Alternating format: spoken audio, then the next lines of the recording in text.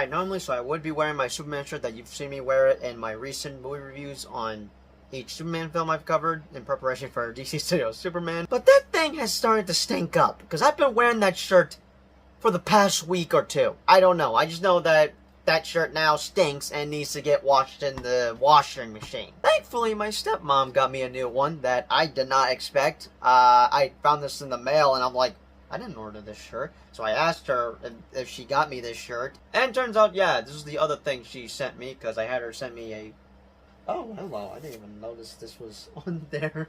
So I asked her to get me a phone case, because the one I'm using currently, which would be the Deadpool and Wolverine one, that she also got me last year, sadly is broken.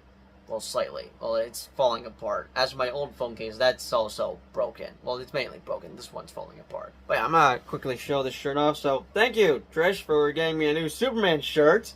Also, my hair is back to being messy, because I've had it stuck looking like Superman's hair for most of these videos. But now it's time to, like, just... Okay, now I'm back to hating my hair again, as I can never get nice haircuts or something. I don't know. Also, damn, my teeth really do look good. Oh, it's so good to finally have braces off. Okay, back to topic. Hello, everyone. Welcome back to another movie review on the channel. So, I was trying to have, like, a separate video where I have one spoiler-free and then the other spoiler review, as that was something I used to do back in 2021 and 2022. Don't think I did it for 23 and 24. But I'm caving in on doing a spoiler review. So I will be talking spoilers for DC Studios Superman, mainly at the end of the video, but if you've not seen the movie, I'd recommend flying out to the theater and seeing it in IMAX, or any format that you're comfortable with. But still, go to the theater and watch the movie and come back to this review later, because I definitely don't want to ruin the movie for you just by dumping spoilers in this movie review. Also, I still need to post my DCEU reviews, as I'm super behind on that. I've been playing Fortnite recently with my little brother, Javi. Not on his Switch. His Switch is broken. How? Oh, simple. He rage quit a lot, and his Switch is slightly broken. Thankfully, my Nana got him a new one, so he's got a new one on the way that I think is probably the Nintendo Switch too. But speaking about Fortnite, there's a Superman mythic in the game, and me and my brother took turns playing on my PlayStation, playing Superman to get the Superman mythic. So definitely stay tuned for another Fortnite video by the end of this month. But anyways, with that out of the way, let's talk about my thoughts on Superman, because, oh my god, I cannot stop thinking about this movie, and two things I'm going to say right off the bat. One, I'm not going to sugarcoat it. I absolutely love this movie. If you've seen my out-of-theater reaction, as I would basically call that my out-of-theater reaction, I had confirmed that I actually got to see the movie and did not have a flash scenario, which, thank freaking God! Also, I know I didn't do a Metro shout-out, so I'm going to do shout-outs by the end of this review. As for the other thing, I'm not joking when I say this. I have seen this movie 4 freaking times in theaters. Twice in IMAX. Yeah, that's right. 4 times in theaters. That's how much I love Superman, but also how long I have been waiting for another Superman movie after 12 years since Man of Steel. But yeah, let's just cut the chit-chat and talk about my pros and cons with DC Studios Superman. Also, I have taken notes on Letterboxd, but I'm gonna go off script for this time, because I know which specific topics I would like to discuss. For example, the casting for Superman, Lois Lane, and Lex Luthor. Right off the bat, I absolutely love David Corenswet as Superman.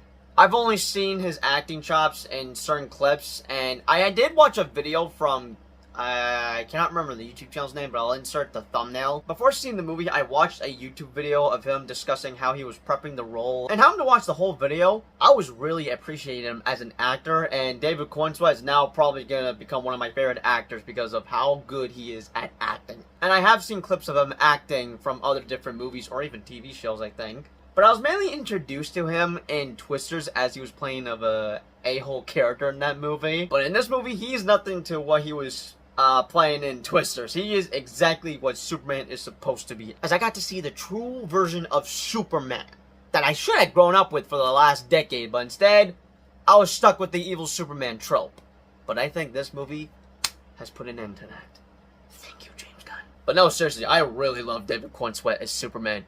And no joke, he is Superman, both on screen and off screen, surprisingly. I seriously enjoyed every single screen time we had with David Corenswet as Superman. We don't get a lot of screen time with Clark Kent, so this movie kind of has a similarity to the Batman, where you only see Robert Pattinson in the Batman suit, most of the movie, which would be 90% of it, and then 10% is him as Bruce Wayne. Which I don't mind for the Batman, but for Superman, it's kind of reversed for how I feel. Now, this ain't a nitpick, because I will enjoy seeing Superman on screen. But I'll admit, I would have liked to have gotten a lot more screen time for Clark Kent. As for Rachel Brosnahan, if I pronounced her last name correctly, hopefully I did. I'm not too great at not only remembering names, but also pronouncing them. I really liked her as Lois Lane, and she has great chemistry with David Corenswet in this movie. I'm not gonna lie, one of my favorite scenes from her as Lois Lane is probably when she's interviewing Superman, as you've seen the clip of him getting upset at her and yelling out,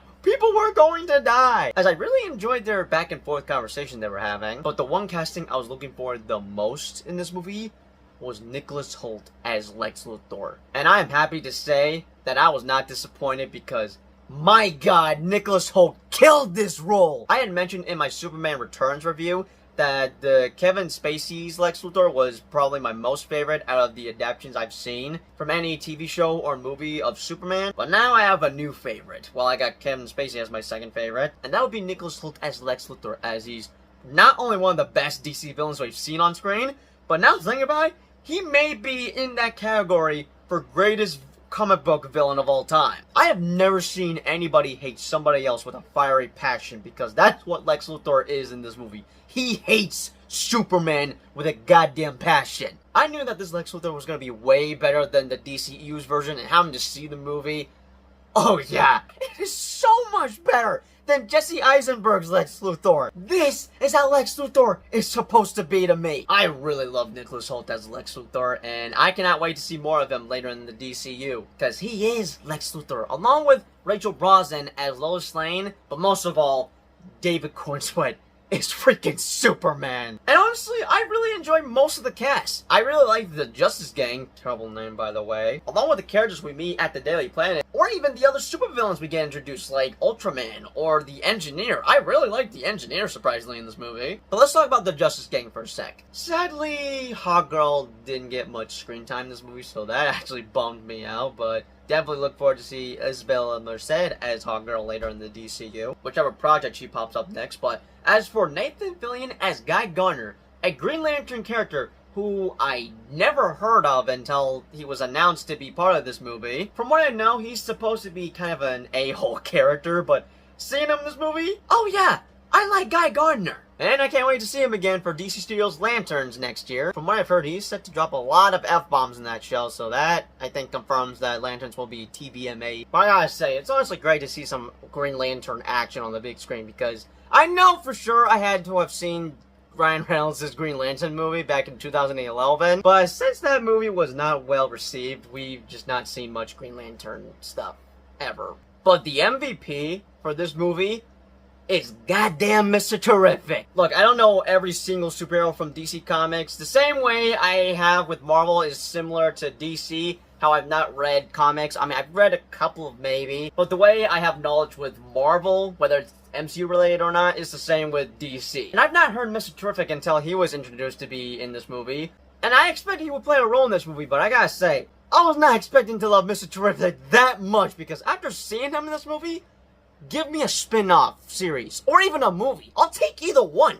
I just want to see Mr. Terrific in the DCU again. He was an absolute scene steal in this movie. He also has a cool action sequence later in the movie with a catchy song that plays in the background. Fun, fun, fun. Fun, fun, fun. I can't play it due to copyright. But no, seriously, I really love Mr. Terrific in this movie, but he wasn't the only standout character for me, because surprisingly, I also really liked Metamorpho. He mainly has a lot of screen time for the second act. Same thing with him for how I've only heard of him when everyone else got announced to be in this movie, as he can metamorpho into any chemical thing like kryptonite or even a big ass hammer, or try to create like a fake sun. I don't know. Again, I don't know much lore with each character from DC Comics, but I really dug that second act of this movie along with Metamorpho as a character.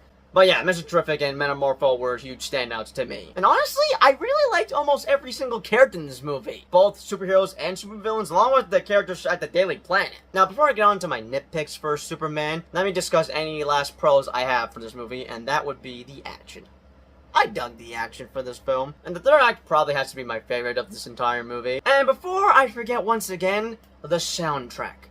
Oh my god, it is so great to hear the Superman theme again after so long. I've missed it so bad. It's honestly gonna be hard to rank where I have the Superman scores, because my personal favorite has to be from Superman Returns. But for the soundtrack on Superman, probably third place will I have Hans Zimmer's Man of Steel score at second place. But still, I will forever love the Superman theme song. It is the theme song for Superman. But anyways, with the pros out of the way, time to get to the cons I have for Superman. Now, I don't have much nitpicks. It's only like 10% nitpicks. But if I had to bring up any major negatives I have for the movie, there's only one. And after seeing this 4 times, yeah, no, this is set in stone for the DCU, and I'm surprised that James Gunn had made this change.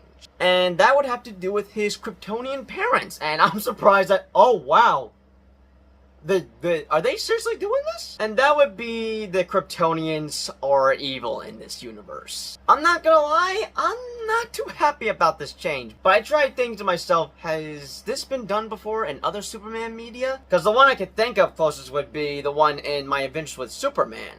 Now, it's been about a year since I've rewatched Season 2. I was rewatching Season 1 in preparation for Superman, as I wanted to watch every single Superman content that was on HBO Max. Because I feel like My Adventures with Superman has something similar to this, where we have evil Kryptonians.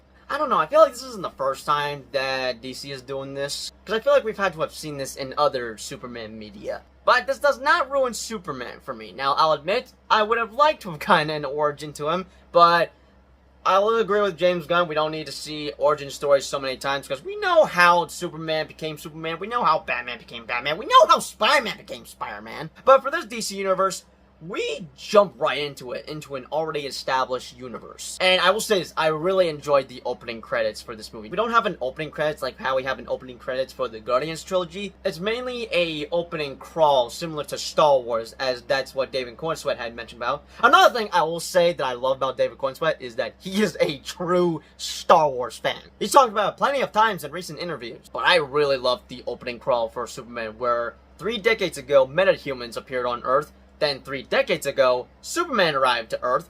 Then 3 years ago, Superman had announced himself to be the most powerful metahuman out of every single metahuman that's been chilling on Earth for 3 decades. Like, I really enjoyed that, but I will say this, at the same time, I would have liked to have gotten breadcrumbs to certain stuff here and there, like how Lois found out about Clark's identity. I don't know, it's not a major nitpick I have for the movie. The only negative is just the change they made with Superman's parents. As again, I'm not okay with that, but that does not ruin the character for me, because Superman was Superman. As I would say James Gunn did justice to this character. Also, quick side note I totally forgot to mention about, but this will lead into my next nitpick for the movie, and that would be Clark Kent's parents. His Earth parents, of course. I really love his parents that he has on planet Earth. Now, I may not have been down for who they casted, but I'm not gonna make a big deal about it. But I would have liked to have gotten more screen time to them, because I just love his parents so much, especially having to watch the Smallville series for like 14 episodes in, as there's 21 episodes I think for season 1. I don't know, I'm still watching Smallville for the first time. But yeah, I would have liked to have gotten more screen time to his parents, which brings on to my next nitpick for the movie, having to do with, since there's so many characters, we have limited screen time for certain characters here and there. But on with my other nitpicks I do have for this movie. I can understand most of the criticisms that DC fans have for this movie, like how there's too many characters or that this feels too cartoony. I will say this, and this isn't a nitpick I have for Superman. Everyone has been saying that this feels like a straight up comic book come to life. And me personally, I can't tell the difference between a superhero movie or a comic book movie, because I'm just a sucker for superheroes in general, so I'll like this either way. And I did, in fact, love this movie, by the way, especially for how James Gunn had directed this movie, and hearing how everyone is saying that this feels like a comic book come to life. Oh yeah, I like the sound of that. Now, I can maybe see that after seeing this movie 4 times in theaters, but as I mentioned earlier, I can't tell the difference between a comic book movie or a superhero movie, but that honestly doesn't matter to me, because I enjoyed this either way, as I'm a huge sucker for superhero content. But I will say this, maybe there are probably too many characters in this movie, and that's not to say that, oh, they should have cut this character out, because since there's too many characters in this movie, we're gonna have limited screen time for each character we have for Superman. And the certain characters I could think of that didn't get plenty of screen time would be the characters at the Daily Planet. I really like those characters, and would honestly be down for a Daily Planet spin-off series. Now, I know there are reports for a Mr. Terrific and a Jimmy Olsen spin-off series are in development. I'd be down for Mr. Terrific. As for Jimmy Olsen, yeah, I'd be down for that one, but I feel like that would probably be the Daily Planet series. I don't know, I'm right now brainstorming to how James Gunn could try to make this work, where we would have a spin-off series focusing on the Daily Planet, posting stories where each season would be focusing on a certain storyline for 8 episodes. Because again, I would be down for a Daily Planet spin-off series because I enjoyed these characters. Now, I don't know if James Gunn will greenlit this because he's got a 10-year plan for the DCU, plus he's trying not to repeat any mistakes that Marvel has made, specifically with the Disney Plus shows. But yeah, I would definitely love to get a Daily Planet series. I mean, I could do a separate video talking about my thoughts what I would want to see in a Daily Planet spin-off series. Also, I am aware that this movie had so much pressure on its shoulders, as this movie is supposed to kickstart the new DC Universe, and once the movie begins, yeah, you don't see the WB logo, you just see DC Studios, as this is DC Studios' first ever feature film. And I will say this, I freaking love this universe. Specifically with the Daily Planet, but after seeing this movie, I want the whole plate of wherever James Gunn is cooking with the DCU because, oh my god, sign me up.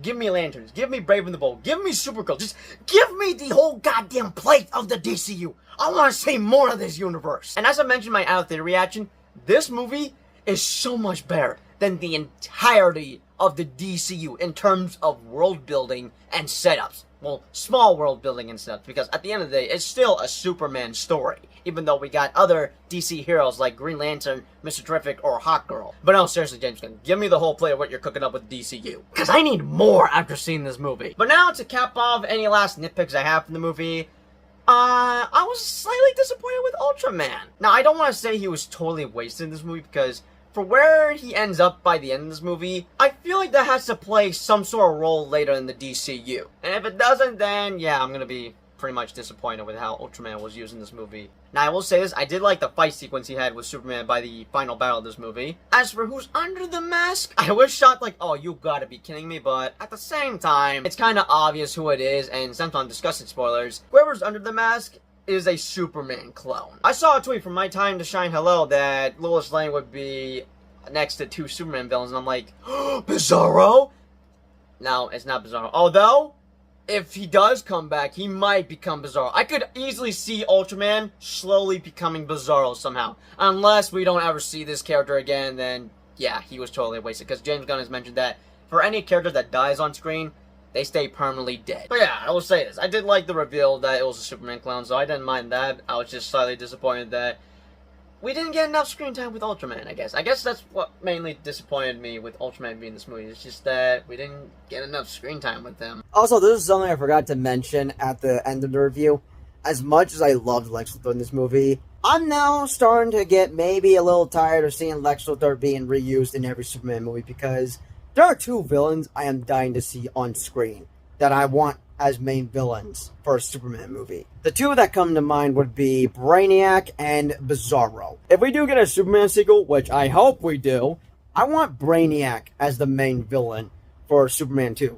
And as for Bizarro, I do hope we get to see Bizarro in the DCU, because that's a villain I am dying to see, because I'm a sucker for mirror villains. And I know we got to see him in Superman and Lois, but I hope we get to see him as a main villain for Superman at some point. But still, as much as I loved Lex Luthor in this movie, I would like to see a different villain, like Brainiac or Bizarro.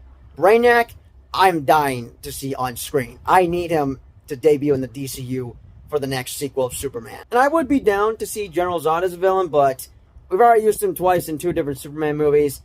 I now want to see Brainiac. Now on to spoiler talk. So there are 2 certain cameos in this movie. One that I would say threw me off guard, but not as much as the second cameo that totally caught me off guard. So Peacemaker has a little cameo in this movie which would set up his second season that we're supposed to get next in August. And my entire theater laughed at seeing Peacemaker just show up on screen, which I was happy to see Peacemaker cameo in this movie. But as for the second cameo, I know I heard reports, but wasn't sure if this was confirmed or not, but as soon as this character showed up, I was like, holy shit!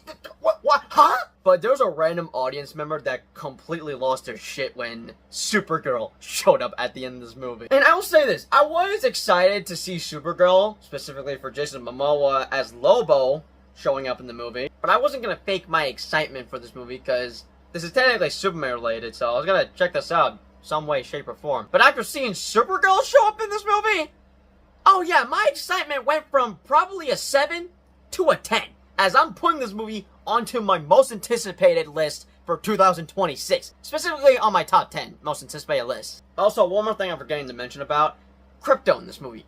This is his live-action debut, and I was excited to see Crypto in this movie, but I was surprised he didn't get that much screen time. Not to say he's totally silent, he gets plenty of screen time. But I do hope we get to see more of him in Supergirl, as it was confirmed later in the movie that Superman was just babysitting Supergirl's dog. But with that being said, those are just my thoughts with DC Studios' Superman that is now playing in theaters. Overall, I have waited 7 months since we got the first teaser trailer. I have waited 2 years since this movie's announcement, but most of all, I have waited 12 freaking years for another Superman movie, which was Man of Steel, released in 2013, and the last time we saw of Henry Cavill's Superman was in a post-credits scene for Black Adam, which was released 3 years ago. But again, as I've said earlier, I have waited 12 years for another Superman movie, and now, after finally seeing a new Superman in theaters, I cannot wait to see David Corenswet Superman again later in the DCU. But most of all, I want another Superman movie already, okay? That's how much I love Superman, and how long I've been wanting to see this character again on the big screen. All I can say is that I'm a happy Superman fan. So definitely be sure to let me know your thoughts, comments down below on DC Studios Superman. Which one do you consider to be your favorite, whether that be the original, or Superman Returns, or Man of Steel, or even Superman? I know I made a tweet talking about, like, the Mount Rushmore of my favorite Superman movies, which would be 4. That'd be the original, for starting off the comic book genre. Superman Returns for introducing me to the character, as that movie has a special place in my heart. And Man of Steel for how obsessed I was with that movie when that first came out. And now Superman. After seeing this movie 4 times, I think I've now made up my mind. DC Studios Superman is my new favorite Superman movie.